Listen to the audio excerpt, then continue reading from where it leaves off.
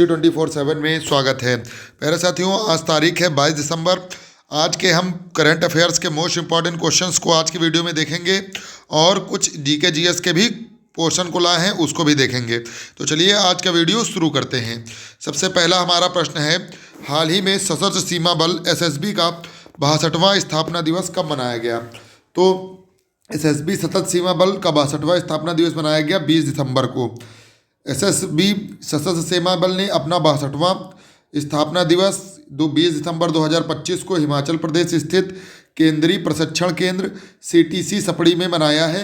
SSB की स्थापना सन 1963 में 1962 के भारत चीन संघर्ष के बाद की गई थी। यह गृह मंत्रालय अंतर्गत केंद्रीय सशस्त्र पुलिस बलों का एक हिस्सा है। तो 20 दिसंबर इसका राइट आंसर हो जाएगा। नेक्स्ट क्वेश्चन देखते हैं। एसएसबी मुख्य रूप से नेपाल और भूटान के साथ 2450 किलोमीटर की सीमा की सुरक्षा करता है, आंतरिक सुरक्षा संभालता है, तस्करी से लड़ता है और आपदाओं के समय प्रतिक्रिया देता है। नेक्स्ट क्वेश्चन देखते हैं। हाल ही में विश्व ध्यान दिवस कब मनाया गया? वर्ल्ड मेडिटेशन डे मनाया गया 21 दिसंबर को। हाल ही में विश्व ध्यान दिवस वर्ल्ड मेडिटेशन डे 2025 21 दिसंबर को मनाया गया। संयुक्त राष्ट्र महासभा यूनाइटेड नेशंस जनरल असेंबली ने 21 दिसंबर को विश्व ध्यान दिवस के रूप में घोषित किया था। इसका उद्देश्य था विश्व में ध्यान या चिंतन मेडिटेशन के बारे में जागरूकता बढ़ाना। 21 दिसंबर 2024 को प्रथम विश्व ध्यान दिवस मनाया गया था, यानी ये द्वितीय विश्व ध्यान दिवस था। 6 दिसंबर 2024 को संयुक्त राष्ट्र महासभा ने 21 दिसंबर को विश्व ध्यान दिवस मनाने के लिए एक प्रस्ताव पारित किया था। तो राइट आंसर विश्व ध्यान दिवस 21 दिसंबर को मनाया गया है। नेक्स्ट प्रश्न देखते हैं। हाल ही में एसएएफ महिला क्लब चैंपियनशिप 2025 का खिताब किसने जीता है? तो एसएएफ महिला क्लब चैंपियनशिप 2025 का खिताब जीता है ईस्ट बंगाल एफसी ने। भारतीय football club East Bengal FC ने काठमांडू नेपाल के दशरथ स्टेडियम में फाइनल में नेपाल की APF arm police forest range को 3-0 से हराकर एसएएफ महिला क्लब चैंपियनशिप 2025 का खिताब जीता है। इस जीत के साथ ईस्ट बंगाल में पहला भारतीय महिला क्लब बन गया है जिसे ने भारतीय अंतर्राष्ट्रीय टूर्नामेंट जीता है। नेक्स्ट तो राइट आंसर क्या हो जाएगा? एसएएफ महिला क्लब चैंपियनशिप 2025 का खिताब किसने जीता है? ईस्ट बंगाल एफसी ने। नेक्स्ट प्रश्न देखते हैं।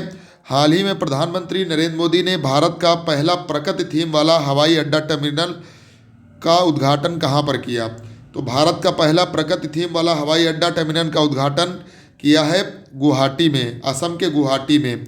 अगर बात करें असम के सीएम के बारे में तो हेमंत बिस्वा शर्मा और गवर्नर के बारे में तो लक्ष्मण प्रसाद आचार्य। असम के गुवाहाटी ने भारत का पहला प्राकृतिक थीम वाला हवाई अड्डा टर्मिनल का उद्घाटन नरेंद्र मोदी जी के द्वारा किया गया। असम के 2 दिवसीय दौरे के दौरान भारतीय प्रधानमंत्री नरेंद्र मोदी ने गुवाहाटी के लोकप्रिय गोपीनाथ बरदोलोई अंतर्राष्ट्रीय हवाई अड्डे की नई टर्मिनल भवन का उद्घाटन किया है। यह लगभग 1.4 लाख वर्ग मीटर में फैला हुआ है और इसे प्रतिवर्ष 1.3 करोड़ यात्रियों की सुविधा के लिए डिजाइन किया गया है। राइट आंसर हो जाएगा असम के गुवाहाटी में। यह भारत का पहला प्रकृति थीम वाला हवाई अड्डा टर्मिनल है। बांस के बाग की थीम पर आधारित है। इसमें पूर्वोत्तर से प्राप्त लगभग 140 मीट्रिक टन बांस का अभूतपूर्व उपयोग किया गया है।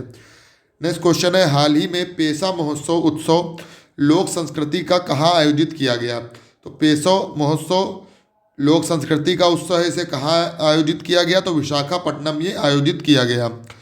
पंचायती राज मंत्रालय द्वारा अनुसूचित क्षेत्रों के विस्तार के लिए अधिनियम 1966 के लागू होने की वर्षगांठ के अवसर पर 23 और 24 दिसंबर 2025 को आंध्र प्रदेश के विशाखापट्टनम में पेसा महोत्सव उत्सव लोक संस्कृति का आयोजित किया जाएगा।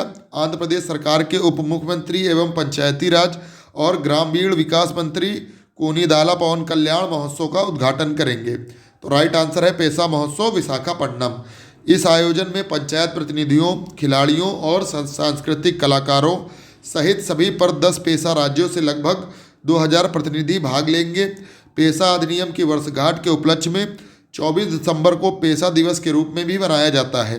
भारत के संविधान के अनुच्छेद 243(4)(b) के तहत संसद में संविधान के भाग 9 के प्रावधानों को कुछ अपवादों और संशोधनों के साथ संशोधनों के साथ अनुसूचित क्षेत्रों के विस्तार करने हेतु पंचायतों के प्रावधान अनुसूचित क्षेत्रों के विस्तार अधिनियम 1956, जिसे पेशा अधिनियम कहा जाता है, अधिनियमित किया गया था। तो पेशा महोत्सव कहाँ पर किया जाएगा? विशाखापट्टनम में।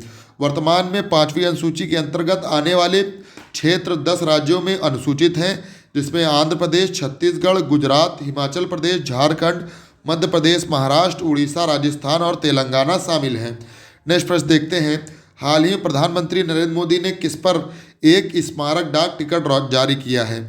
तो हाल ही में प्रधानमंत्री ने अश्वगंधा पर एक स्मारक डाक टिकट जारी किया है। प्रधानमंत्री नरेंद्र मोदी ने नई दिल्ली में दूसरी WHO वैश्विक शिखर सम्मेलन परंपरागत चिकित्सा के समापन समारोह में अश्वगंधा पर एक स्मारक डाक टिकट जारी किया है। इसके अलावा उन्होंने my Ayush integrated service portal launch किया है और आयुष मार्ग का अनावरण भी किया है। योग प्रशिक्षण पर WHO तकनीकी रिपोर्ट और पुस्तक from roots to global reach 11 years of transformation in AYUSH का भी विमोचन किया है। 11 year of transformation in AYUSH का भी विमोचन नरेंद्र मोदी ने किया है। तो नरेंद्र मोदी ने किसका डाक जारी किया है? तो डाक टिकट जारी किया है अश्वगंधा का। नेक्स्ट क्वेश्चन है, हाल ही में अंतरिक्ष की यात्रा करने वाली पहली व्हील चेयर उपयोगकर्ता कौन बनी है? तो माइकेला बेथांस बनी है। जर्मनी में यूरोपियन स्पेस एजेंसी के में जर्मन एरोस्पेस इंजीनियर माइकेल बेथांस हाल ही में अंतरिक्ष में यात्रा करने वाली पहली व्हील चेयर बंधी व्यक्ति बन गई है। ब्लू ओरिजिन की उड़ान पर वह अंतरिक्ष में 105 किलोमीटर की ऊंचाई तक गई और 3 मिनटों से अधिक समय तक तैरती रही। यह 37वीं न्यू शेफर्ड उड़ान और 16वीं मानवीय अंतरिक्ष उड़ान थी। NS-37 मिशन पर कुल 6 यात्री थे। अन्य यात्री शामिल हैं जेई हाइड, जो फ्लोरिडा से भारतीय वैज्ञानिक और निवेशक हैं, हंस कोनिग्समैन, जो एरोस्पेस इंजीनियर और पूर्व स्पेसएक्स कार्यकारी हैं, जिनकी जर्मन अमेरिकी नागरिकता है, नील मिंच, जो एक व्यावसायिक कार्यकारी हैं और वर्तमान में जैक्सन लेबोरेटरी के बोर्ड के अध्यक्ष हैं, एडोनिस पैरोलिस, जो प्राकृतिक संसाधनों और ऊर्जा उद्योग के संस्थापक और उद्यमी हैं, और टेक्सास के साहसिक खोजी और रॉकेट प्रशंसक जेसन सेल्टेन। प्यारे साथियों, अंतरिक्ष की यात्रा करने वाली पहली व्हीलचेयर उपभोक्ता कौन है? माइकल बेथांस। नेक्स्ट क्वेश्चन देखते हैं, हाल ही में एशियाई विकास बैंक ADB ने 2025 में भारत को संप्रभुत्व ऋण के रूप में कितनी राशि देने की प्रतिबद्धता व्यक्त की है? तो 4.258 अरब अमेरिकी डॉलर देने के लिए एशियाई विकास बैंक ने भारत को इतनी राशि देने के लिए प्रतिबद्धता व्यक्त की है। मनीला स्थित एशियाई विकास बैंक ने 2025 में भारत को संप्रभु में 4.258 अरब अमेरिकी डॉलर देने की प्रतिबद्धता व्यक्त की है। ADB की 16 नए प्रतिबद्ध परियोजनाओं में लगभग 32% मानव और सामाजिक विकास क्षेत्र पर केंद्रित है। इसके बाद 26% ऊर्जा क्षेत्र एनर्जी सेक्टर और में है, मुख्य रूप से नवीनीकरण ऊर्जा को बढ़ावा देने के लिए, और 18% से अधिक शहरी विकास में है। PM सेतु के निर्माण के लिए 886 मिलियन अमेरिकी डॉलर वित्त पोषण पहल, प्रधानमंत्री सूर्य घर मुफ्त बिजली योजना के समर्थन के लिए 665 मिलियन अमेरिकी डॉलर, असम, केरल, सिक्किम और पश्चिम बंगाल में 5 परियोजनाओं के लिए 775 मिलियन अमेरिकी डॉलर, दिल्ली, मेरठ और क्षेत्रीय तीव्र रेल और चेन्नई में इंदौर मेट्रो नेटवर्क का विस्तार करने के लिए 729 मिलियन अमेरिकी डॉलर निवेश किया गया है। महाराष्ट्र को ग्रामीण बिजली इंफ्रास्ट्रक्चर को आधुनिक बनाने के लिए, सिंचाई के लिए, सौर बिजली सुधारने के लिए 460 मिलियन अमेरिकी डॉलर का ऋण लिया गया है। असम को उसके स्वास्थ्य और चिकित्सा शिक्षा प्रणालियों से आधुनिक बनाने के लिए 398.8 मिलियन अमेरिकी डॉलर का ऋण, मेघालय और उत्तराखंड में इको टूरिज्म विकास के लिए 200 मिलियन अमेरिकी डॉलर से अधिक ऋण। नेक्स्ट प्रश्न देखते हैं, हाल ही में लर्निंग डिसेबिलिटी के साथ टर्नर प्राइज जीतने वाली पहली कलाकार कौन बनी है? तो नेनेना कालू बनी है। स्कॉटिश कलाकार नेनेना कालू ने 2025 का टर्नर पुरस्कार जीता है। उन्होंने उनके रंगीन चित्रों और मूर्तियों के लिए, जो उन्होंने पाए गए कपड़े और VHS टेप से बनाई गई हैं, वह टर्नर पुरस्कार जीतने वाली लर्निंग डिसेबिलिटी वाली पहली कलाकार हैं। इस पुरस्कार में 25,000 नगद राशि शामिल है। हाल ही में ब्रैकफोर्ड में एक समारोह में इसे प्रस्तुत किया गया है। नेक्स्ट क्वेश्चन है, हाल ही में रिस्पॉन्ड बास्केट 2025 किसने जारी किया है? तो राइट आंसर हो जाएगा इसरो ने। भारतीय अंतरिक्ष अनुसंधान संगठन इंडियन स्पेस रिसर्च ऑर्गेनाइजेशन ने रिस्पॉन्ड बास्केट जारी किया है 16 दिसंबर को। इसरो के अध्यक्ष डॉक्टर वी नारायण ने इसरो अकादमी दिवस के उद्घाटन समारोह में इसे जारी किया है। यह अकादमिक संस्थानों से अनुसंधान प्रस्ताव आमंत्रित करता है जो इसके वर्तमान और भविष्य के मिशन की आवश्यकताओं के अनुरूप है। इसमें इसरो और अंतरिक्ष विभाग के केंद्र इकाइयों द्वारा इसरो की आगामी प्रोग्रामेटिक अनुसंधान और विकास आवश्यकताओं के आधार पर पहचानी गई सबसे जरूरी और महत्वपूर्ण शोध समस्याओं को शामिल करता है। नेक्स्ट प्रश्न है, हाल ही में 26वीं अखिल भारतीय पुलिस बल बैंड प्रतियोगिता में पुरुषों ब्रास बैंड वर्ल्ड का पहला स्थान किसने प्राप्त? तो राइट आंसर हो जाएगा रेलवे सुरक्षा बल, रेलवे प्रोटेक्शन फोर्स। हाल ही में मौला अली सिकंदराबाद ने आयोजित 26वीं अखिल भारतीय पुलिस बैंड प्रतियोगिता में पुरुषों के ब्रास बैंड रेलवे सुरक्षा बल में पहला स्थान प्राप्त किया है। असम राइफल और सीमा सुरक्षा बल ने दूसरे स्थान पर रहे हैं। महिलाओं के ब्रास बैंड और केंद्रीय औद्योगिक सुरक्षा बल विजेता रही हैं, जबकि सशस्त्र सीमा बल उपविजेता रही है। पुरुषों के लिए महाराष्ट्र की कुल चैंपियनशिप शील्ड जीती है महिलाओं ने और सीआईएसएफ ने। दिसंबर के कुछ महत्वपूर्ण दिवस के बारे में दोस्तों अब चर्चा कर लेते हैं। 1 दिसंबर को विश्व एड्स दिवस के रूप में मनाया जाता है। 2 दिसंबर को विश्व कंप्यूटर साक्षरता दिवस मनाया जाता है। 3 दिसंबर को अंतर्राष्ट्रीय दिव्यांगजन दिवस मनाया जाता है। 4 दिसंबर को भारतीय नौसेना दिवस के रूप में मनाया जाता है। 7 दिसंबर को सशस्त्र बल झंडा दिवस के रूप में मनाया जाता है। 7 दिसंबर को अंतर्राष्ट्रीय नागरिक उड्डयन दिवस के रूप में मनाया जाता है। 10 दिसंबर को अंतर्राष्ट्रीय मानवाधिकार दिवस के रूप में मनाया जाता है। अब हम बात करेंगे प्रमुख महत्वपूर्ण पुस्तकें और उनके लेखक के बारे में। लिविंग हिस्ट्री पुस्तक किसके द्वारा लिखी गई है? तो हिलेरी क्लिंटन के द्वारा लिखी गई पुस्तक है लिविंग हिस्ट्री। द नेमसेक पुस्तक के लेखक कौन है? तो झुम्पा लाहिड़ी के द्वारा लिखी गई पुस्तक है the namesake. The white tiger पुस्तक किसके द्वारा लिखी गई है? तो अरविंद आड़िगा के द्वारा लिखी गई पुस्तक है। फर्स्ट पर्सन पुस्तक किसके द्वारा लिखी गई है? तो व्लादिमीर पुतिन के द्वारा लिखी गई है। आइडल्स पुस्तक किसके द्वारा लिखी गई है? तो सुनील गावस्कर के द्वारा लिखी गई पुस्तक। अब हम बात करेंगे महत्वपूर्ण संविधान संशोधन के बारे में।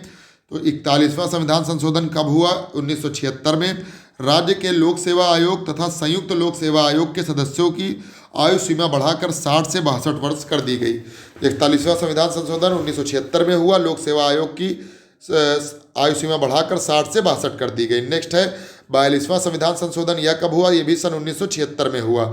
यह संविधान संशोधन अधिनियम का सबसे बड़ा और महत्वपूर्ण संविधान संशोधन है, इसीलिए इसे मिनी कॉन्स्टिट्यूशन या लघु संविधान के नाम से भी जाना जाता है। इस अधिनियम के तहत पहली बार संविधान की प्रस्तावना में 3 नए शब्द जोड़े गए: समाजवाद, पंथनिरपेक्ष, एकता और अखंडता। इस संशोधन के तहत 10 मौलिक अधिकारों को संविधान के भाग 4 के का और अनुच्छेद 51 के ए में जोड़ा गया है। 42वां संविधान संशोधन सन 1976 में किया गया है और इसे मिनी कॉन्स्टिट्यूशन ऑफ इंडिया के नाम से जाना जाता है। आपसे क्वेश्चन पूछेगा प्रस्तावना में समाजवाद, पंथनिरपेक्ष और एकता और अखंडता शब्द किस संविधान संशोधन के तहत जोड़े गए? तो 42वें संविधान संशोधन अधिनियम के तहत जोड़े गए। नेक्स्ट अब हम लोग बात करेंगे भारतीय नोट पर अंकित चित्र। 10 रुपए की नोट पर कोणार्क का सूर्य मंदिर जो कि उड़ीसा में स्थित है। 20 रुपए की नोट पर एलोरा की गुफाएं जो कि महाराष्ट्र में स्थित हैं। 50 रुपए की नोट पर हम्पी कर्नाटक और 100 रुपए की नोट पर रानी की वाव है। 200 की नोट पर सांची स्तूप जो कि मध्य प्रदेश में है और 500 की नोट पर भारतीय ध्वज सहित लाल किला जो कि दिल्ली में स्थित। अब हम बात करेंगे इतिहास के कुछ प्रमुख युद्ध के बारे में। प्रथम कर्नाटक युद्ध कब हुआ? तो सन 1746 से 1748। द्वितीय कर्नाटक युद्ध कब हुआ? 1749 से 1754। तृतीय कर्नाटक युद्ध हुआ सन 1756 से 1763। प्रथम आंग्ल मैसूर युद्ध सन 1767 से 1769 और द्वितीय आंग्ल मैसूर युद्ध 1780 से 1714। अब आगे हम कुछ कंप्यूटर के फुल फॉर्म पढ़ेंगे। सैन का full form storage area network. WWAN का full form wireless wide area network. WMA का full form window media audio और WAV का full form wave from audio file format. WML का full form wireless markup language. तो प्यारे साथियों, ये आज के हमारे कुछ करंट अफेयर के क्वेश्चन और कुछ इसमें स्टैटिक जीके GS के भी क्वेश्चन थे। अगर आपको हमारा वीडियो अच्छा लगे तो हमारे YouTube चैनल HT24/7 को सब्सक्राइब करिएगा और हमारे वीडियो को ज़्यादा से ज़्यादा लोगों तक शेयर करिएगा। तो जितने भी लोग जुड़े सबको दिल से वंदे मातरम। जय हिंद, जय भारत।